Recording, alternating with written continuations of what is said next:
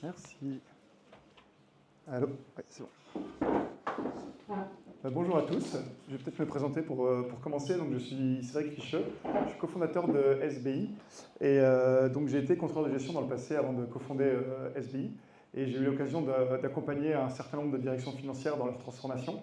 Et donc, j'ai connu Rémi il y a quelques années quand il travaillait chez Danone. Donc, on a eu l'occasion de faire un projet ensemble.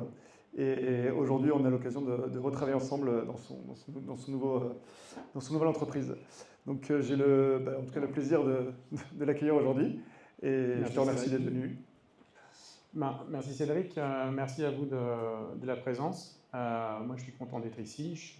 Aujourd'hui je suis basé en Île-de-France, mais j'ai des racines dans le Nord, donc ça me fait un énorme plaisir de venir ici à Lille. Je me présente très rapidement, je m'appelle Rémi Cureau.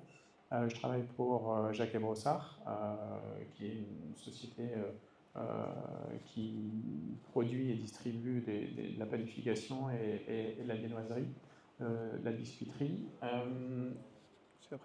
Jacques & Brossard fait partie d'une coopérative agricole, le groupe Limagrin, basé plutôt, on va dire, du côté de Clermont-Ferrand.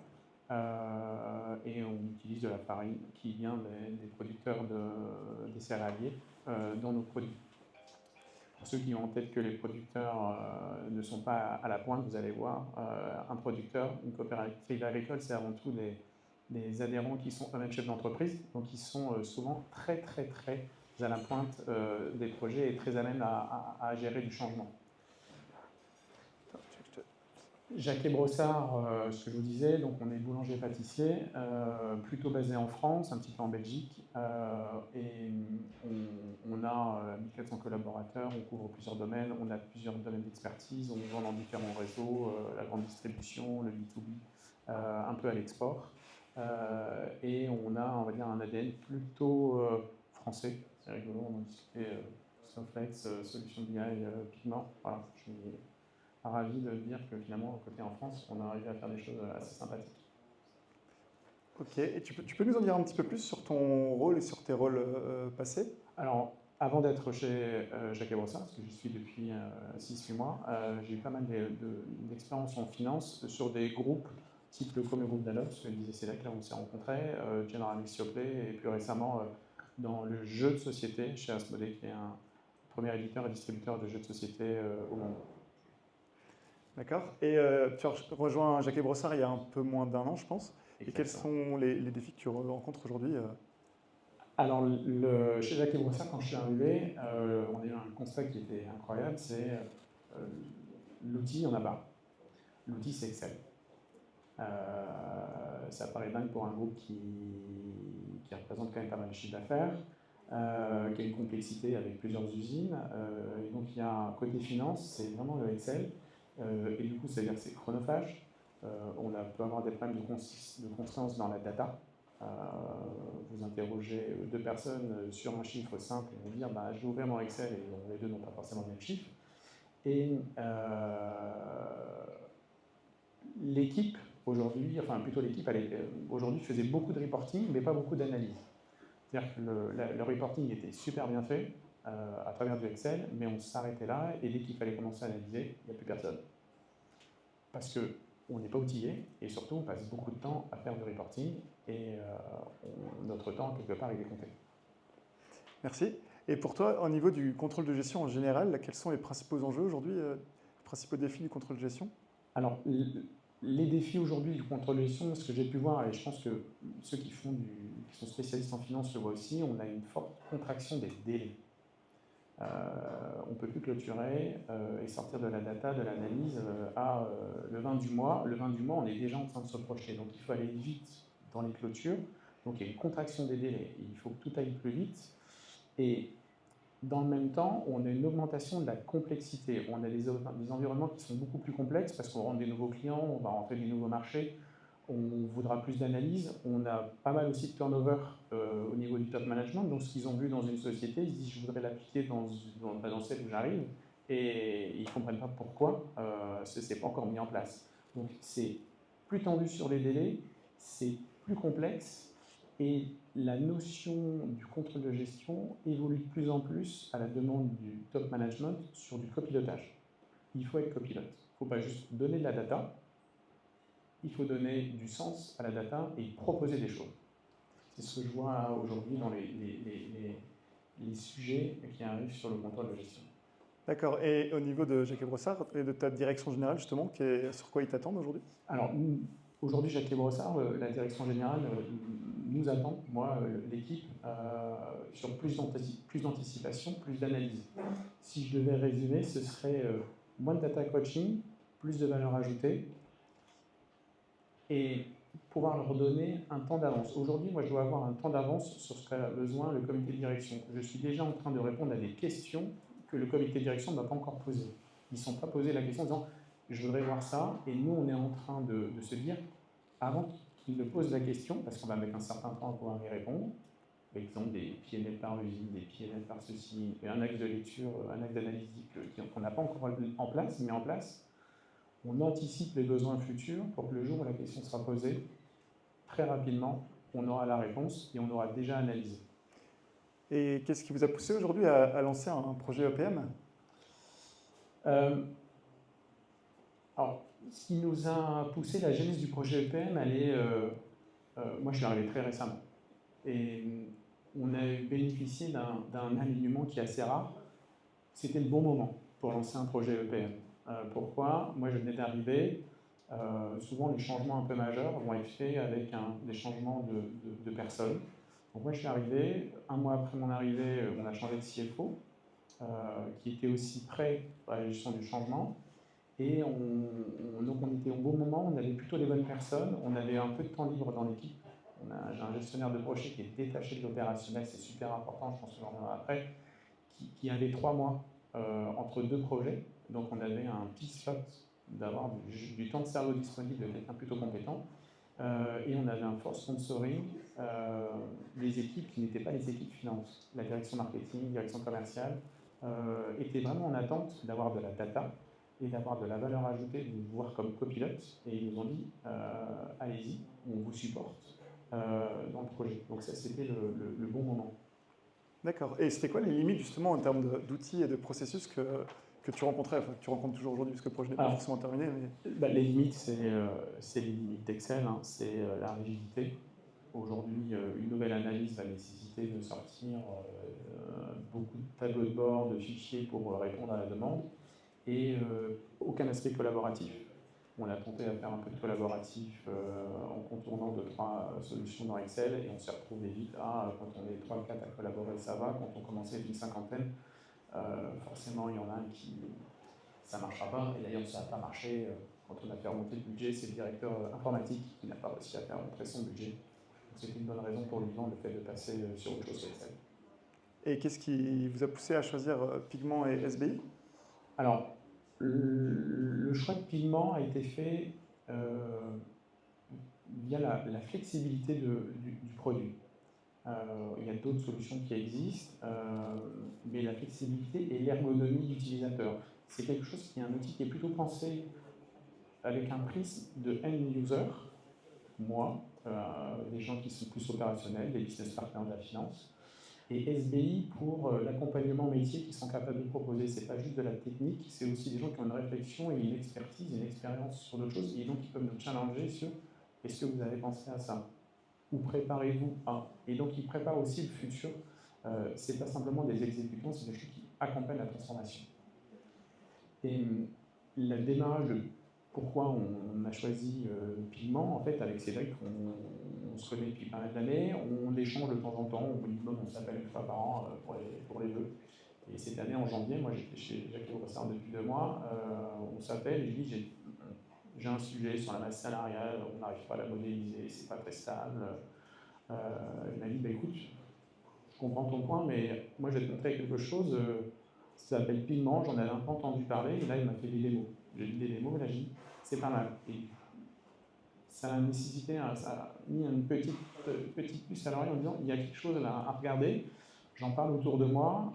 Pigment, je connaissais via des réseaux professionnels, j'en avais entendu parler, quelques levaient la main, c'était pareil, j'en avais entendu parler sur des réseaux pro en finance. Mon patron qui venait d'arriver avait eu une démo Pigment, et le groupe, Limaga, auquel je fais partie, avaient commencé cette réflexion et certains s'étaient posé la question d'un EPM et peut-être de pigment. Donc quand il y a plusieurs personnes, un intégrateur, du réseau pro, vos patrons, des gens de votre écosystème qui vous parlent d'un même outil, vous dites ça vaut le coup d'aller le voir. On a fait une mise en concurrence, on va être très honnête,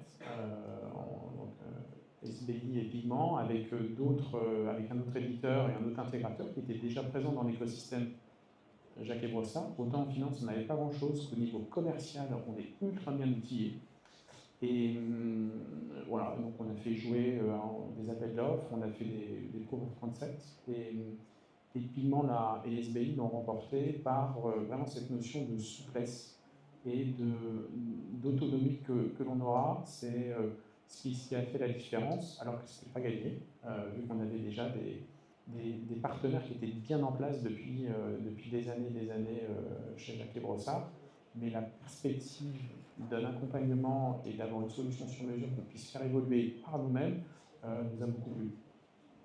D'accord. Quels sont les projets prioritaires les objectifs prioritaires que vous êtes fixés avec le lancement de ce projet chez Jacques et Brossard?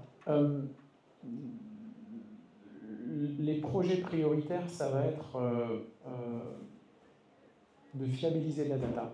Aujourd'hui, j'ai une data qui est fiable dans la partie le grand livre.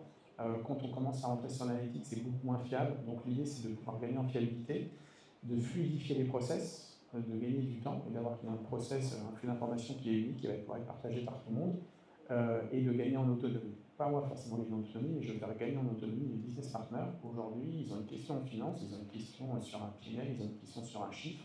Ils ne sont pas du tout autonomes pour aller le chercher, ils n'ont même pas envie d'aller le chercher. Donc en fait, ils m'appellent moi, ils appellent l'équipe, et c'est un temps, j'estime, qui a pas beaucoup de valeur ajoutée pour les équipes finance. On a autre chose à faire que d'aider un directeur général, un directeur commercial à lire un tableau. Il a aussi autre chose, il n'a pas besoin d'envoyer un mail ou de nous appeler pour ça, il devrait pouvoir le faire plus facilement tout seul. Donc on veut lui rendre de l'autonomie. Ok, et aujourd'hui on a parlé beaucoup de data IA dans les directions financières. Et quelle place tu penses que ça va avoir dans le pilotage financier de demain? Alors l'IA, c'est un levier ultra prometteur pour tous les managers, en finance particulièrement. C'est assez récent. Moi, je ne vous cacherai pas que l'IA, je voyais ça de manière un peu éloignée. Alors, l'IA finance, hein, je ne parle pas d'IA type Copilot ou ChatGPT. Et je pensais même être un peu en retard, clairement là-dessus.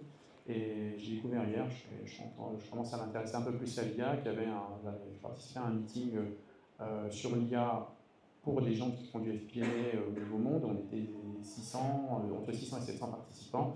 Et la première question, c'était est-ce que vous utilisez de l'IA dans votre quotidien? Donc la population était plutôt pour des financiers. Ils ont une appétence pour ça parce qu'ils se posent la question vu qu'ils participent au forum et au niveau un peu mondial. Et à votre avis, combien ont répondu qu'ils utilisaient déjà de l'IA dans leur quotidien? Il n'y a même pas la moitié des gens. C'est-à-dire qu'aujourd'hui, moi je me sentais super en retard, je ne dis pas que je suis en avance, mais en fait je suis comme à peu près un responsable FP&A ou un directeur du contrôle de gestion ou un CFO sur deux, on n'utilise pas l'IA. Et alors qu'on voudrait tous le faire parce que ça a du sens. Donc oui, c'est récent, ça va être un enjeu, et moi je vois deux gros gains. On va se parler que de la finance et que du contrôle de gestion en termes d'intelligence artificielle. Le premier, ça va être via les agents conversationnels de rendre de l'autonomie. Une fois que vous avez la data qui est propre, vous posez une question, vous faites un prompt, vous aurez les informations. Donc il n'y a pas besoin de contacter le contrôleur de gestion de l'usine pour avoir les informations. Vous promptez, vous avez la réponse en quelques secondes. Ça, c'est du temps pour le financier, mais c'est surtout ça rend de l'autonomie et ça met une culture financière aux business partners. Et c'est ça qu'on leur a vendu en disant vous aurez des réponses et vous serez plus autonome sur des questions légitimes que vous vous posez. Le deuxième gain qu'on va avoir, selon moi, à très très court terme, c'est la qualité de la data. Aujourd'hui, on se dit que nos data sont propres. En fait, non. Qui n'a jamais eu de problématique en clôture sur un coût qui n'est pas mis sur la bonne section, ou une facture qui a été passée mais la provision n'a pas été reprise en face, n'a pas été extournée, ou une écriture qui a été passée dans le mauvais sens. Si ça vous est jamais été arrivé, embauchez-moi. Je vais aller chez vous. Et pour info, souvent en contrôle de gestion, quand on fait des travaux de clôture ou de pré-clôture, le premier truc qu'on va faire, enfin nous, nos équipes, c'est de contrôler ce qu'il y a dans la compta. Normal, la compta elle a des milliers de lignes à passer. Elle a une logique très société. Maintenant, si l'analytique est bien mis en face et que c'est sur la bonne section, pas la bonne section, limite, c'est pas très très grave. L'intelligence artificielle va pouvoir permettre de contrôler ces datas et de se dire attention, il y a des écritures qui ne sont pas au bon endroit, qui ne sont pas sur la bonne section, merci de les corriger. Et les corriger avant de devoir, lors de la clôture sur le mois en cours, et pas devoir les corriger dans le passé. C'est ça les gros avantages que je vois. À titre d'exemple, on est en train de lancer le projet. Hier, on s'est rendu compte qu'on a 4000 lignes de contacts qui ne sont pas depuis des années dans les bonnes sections. 4000. C'est pas grave. Ça ne nous empêche pas de clôturer, ça ne nous empêche pas de faire du business, mais on se dit mince, quand même, ça fait quelques années qu'on est passé à côté d'un truc. Et donc, aujourd'hui, et on s'en est rendu compte ultra rapidement, parce qu'on s'est posé les bonnes questions. Ok, merci. Et je reviens un peu sur la partie projet. Donc, tu as fait quand même pas mal de projets dans tes expériences précédentes. Et est-ce que tu retiens des leçons qui t'ont permis de mieux appréhender le projet qu'on fait actuellement? De ce que je retiens des projets, et celui-là, on est là, je pense, le parfait exemple, c'est qu'il faut être assez humble au départ. Mais il faut se lancer.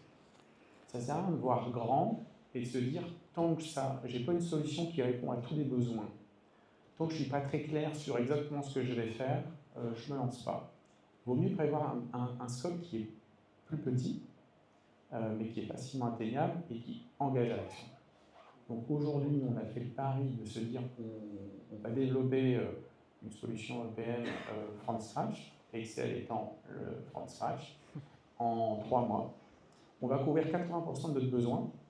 Pour l'instant, on a juste ouvert un besoin financier, lecture de PNL, un peu d'analytique, des choses comme ça, sachant qu'on va faire d'autres choses derrière. On pourra faire contrôle de masse salariale, des processus de prévision, planification, SLOP.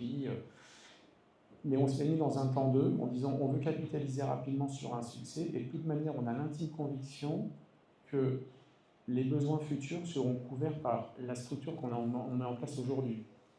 Et c'est ultra vertueux de faire ça parce que les équipes elles ne s'épuisent pas à un horizon de plusieurs mois en disant le projet va durer 1 an et tous les jours, et aujourd'hui c'est ce qu'on dit, on a des contretemps, on a des mauvaises nouvelles, on se dit on avait prévu ça, finalement ça ne marche pas.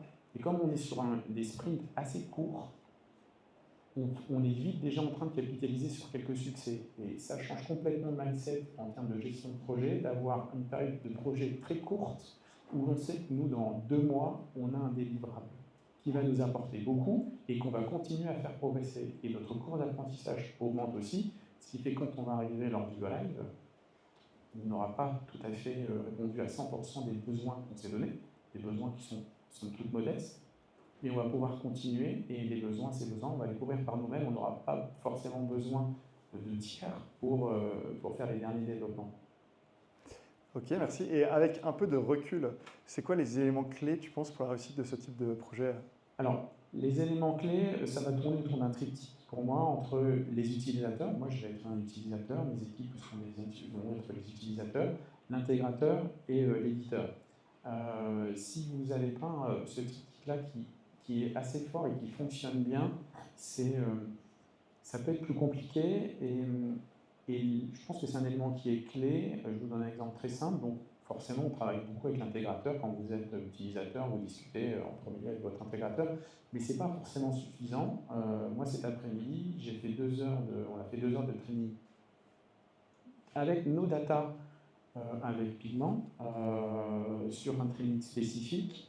Et le retour des équipes est top parce qu'ils disent en 2 heures de training, on a appris plus que potentiellement en 6 heures de e-learning qui sont aussi disponibles sur la plateforme parce qu'on avait l'éditeur qui était en face de nous, qui répondait à nos questions, nos problématiques et qui avait même du coup travaillé un peu en amont en disant on travaille les data de Jacques Brossard. Pour nous, c'est beaucoup plus facile de se projeter dans un environnement quand c'est avec nos data, les noms de nos clients, nos produits et nos ordres de grandeur. Ça, c'est un vrai plus. Donc, ça, c'est une clé, le triptyque utilisateur, intégrateur, éditeur. Il faut que les trois travaillent ensemble.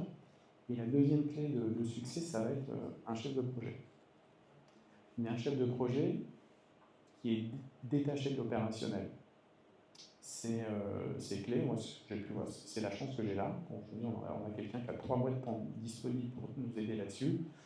Et dans mes expériences passées, les quelques fois où j'ai pu voir des projets qui ne marchent pas bien ou qui durent énormément dans le temps, c'est parce qu'on donne ce projet-là à quelqu'un qui a de l'opérationnel, et l'opérationnel prend le dessus.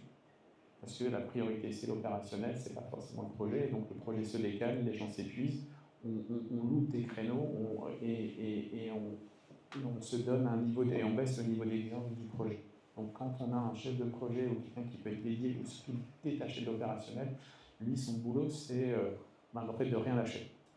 Et d'animer et de challenger les gens qui ont comment on est opérationnel. Moi, ça m'arrive de temps en temps de ne pas aller à des meetings, à des kick-offs ou à des points. Et en fait, c'est lui qui me remet dans le droit champ en me disant mais, ok, mais je te l'ai enregistré, donc la vidéo, merci de la lire. Et tu feras le compte rendu, enfin, tu prendras le compte rendu, tu auras le compte rendu, tu le lis demain et on en discute.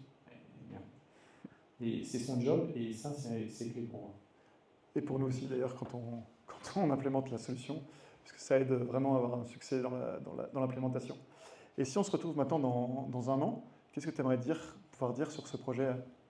Moi, j'aimerais pouvoir dire que ça nous a permis de changer le processus et qu'on a réussi à embarquer, d'ailleurs, c'est ce qu'on va faire, on va embarquer d'autres directions et qu'on a ouvert de nouveaux champs, de nouveaux applicatifs. Je pense que c'est le terme qu'utilise maintenant beaucoup la partie EPM. Aujourd'hui, on a un applicatif très finance. Moi, je voudrais ouvrir un applicatif sur les processus de consensus révision, le processus NOP, avec les RH sur la masse salariale, le suivi des ETP et la projection de la masse salariale. Oui, on a 1400 collaborateurs un peu partout avec des profils très différents.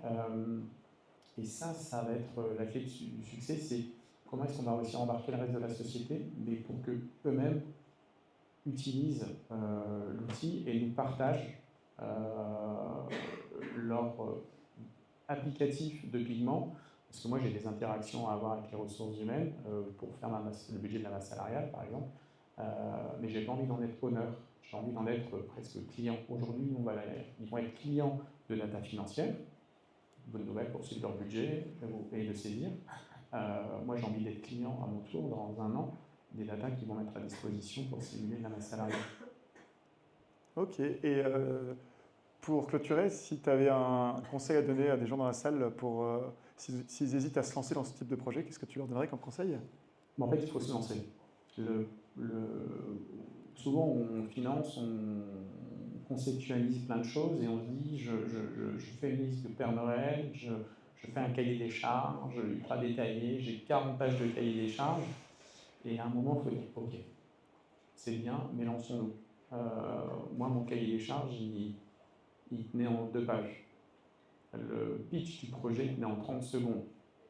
Et c'est avec ça qu'on est parti défendre un budget, défendre un projet, et en disant rendez-vous dans 3 mois. Et ça, c'est une fois qu'on a dit rendez-vous dans 3 mois, on a démarré le projet quasiment à ce moment-là, et ça nous a obligés à mettre toute l'équipe et une bonne partie de la société dans la même direction. Et ça, c'est le plus compliqué, mais se lancer, c'est la première étape. Une fois qu'elle est faite, entre guillemets, tout est simple, tout est beaucoup plus simple. Et une fois qu'on est lancé, moi, ce qui me surprend toujours, c'est la capacité qu'ont les équipes à s'adapter et à se sentir investies. Il faut avoir une vision assez optimiste du changement et souvent les gens sont quand même vraiment prêts à changer si on leur explique juste pourquoi il faut le faire et pourquoi on le fait. Les gens, j'ai rarement vu quelqu'un qui m'a bien dit non.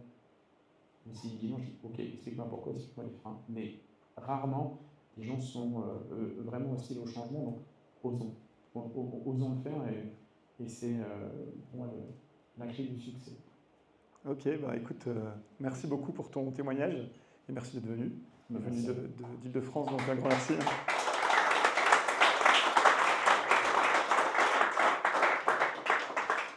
Alors, va passer aux questions maintenant. Est-ce que vous avez des questions alors, sur les différentes interventions, pas forcément que sur celle-ci? Est-ce que vous avez des questions en suspens? N'hésitez pas. J'ai une question. Oui. Le data lake, vous l'aviez déjà ou vous l'avez installé en même temps? Bonne question. Alors, ouais, je vais laisser parler le spécialiste parce que moi je suis utilisateur. Non, justement. Moi je n'ouvre pas le capot. Non, ils n'en avaient pas. Ils n'avaient pas de plateforme de données. Et donc, l'idée au départ, c'était de travailler par des extractions de fichiers depuis les outils sources. Directement avec Pigment? Non, parce que c'était un outil qui n'était pas connectable directement depuis Pigment, donc c'était via les API de Pigment.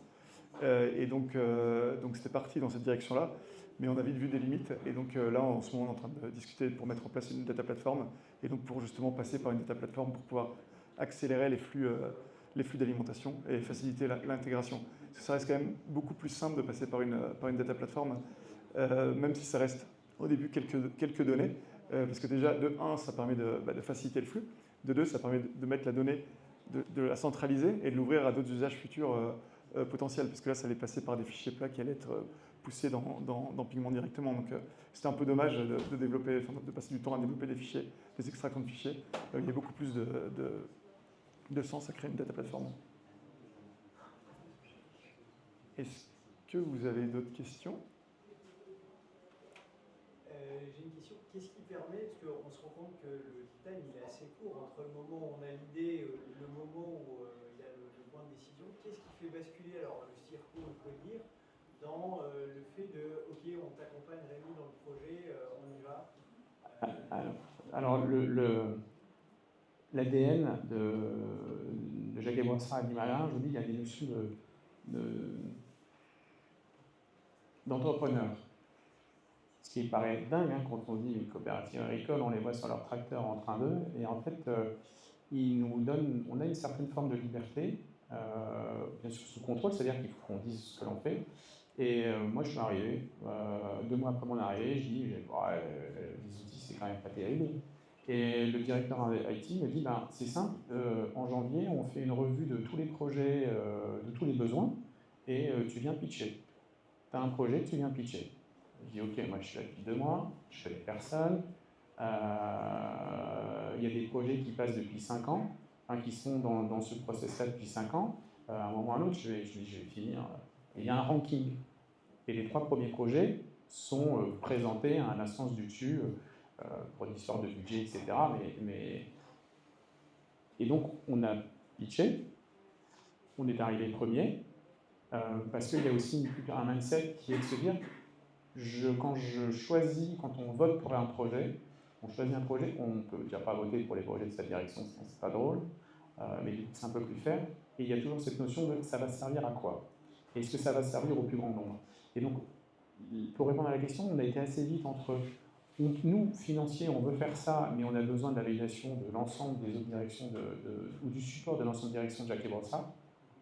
Ils ont tous vu l'intérêt d'avoir un EPM pour leur quotidien. Donc ça nous a aidés. Et ensuite, quand on a expliqué au groupe ce qu'on voulait faire, le groupe a une vision assez simple en disant bah, vous nous prévenez, nous, si on ne vous dit pas non, vous pouvez y aller. Ils avaient des réflexions de PM au global, on n'était même pas au courant, donc ça les a un peu amusés de se dire bah, tiens, Jacques Brossard, une filiale à Paris, sachant que le Barry-Centre est quand même à Clermont-Ferrand, veut faire ça. Et en fait, ils nous regardent depuis quelques semaines, quelques mois sur allez-y, démarrer le projet. Nous, ça nous intéresse, on verra après comment ça va se passer. Et donc, ça va plutôt vite parce que c'est un peu le mode de fonctionnement de la société qui laisse de la liberté et qui est vraiment très orienté collaboratif. Et ensuite, on a eu un énorme concours de circonstances, une nouvelle personne. Donc de l'énergie, grosso modo, moi si je mets pas ça en place dans ma première année, je vais m'habituer à travailler avec du Excel, etc. Et je me suis dit, si je ne change pas au bout de la première année, je vais m'habituer à, et je n'aurai pas forcément l'énergie pour tout remettre en question. Donc c'était le bon moment. Et comme je l'expliquais, changement de CFO qui était plutôt aligné aussi là-dessus. Fin de budget, donc j'avais un peu de budget à récupérer côté informatique. Donc, on a aussi, voilà, ça nous a permis de faire ça. Parfois, il y a des choses qui s'expliquent qui ne marchent pas, et parfois ça marche parce que ce projet-là, toutes les planètes se sont alignées les unes après les autres.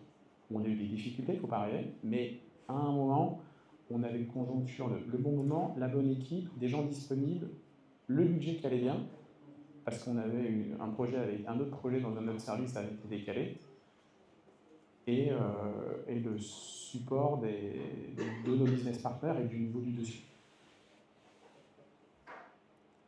Merci. Une autre question, peut-être? Non. Pas de questions. Pas de questions. Je crois qu'on arrive au terme de cette première partie. Ça va être l'occasion de continuer les discussions, les échanges et les réponses aux questions que vous pourriez avoir à travers un verre.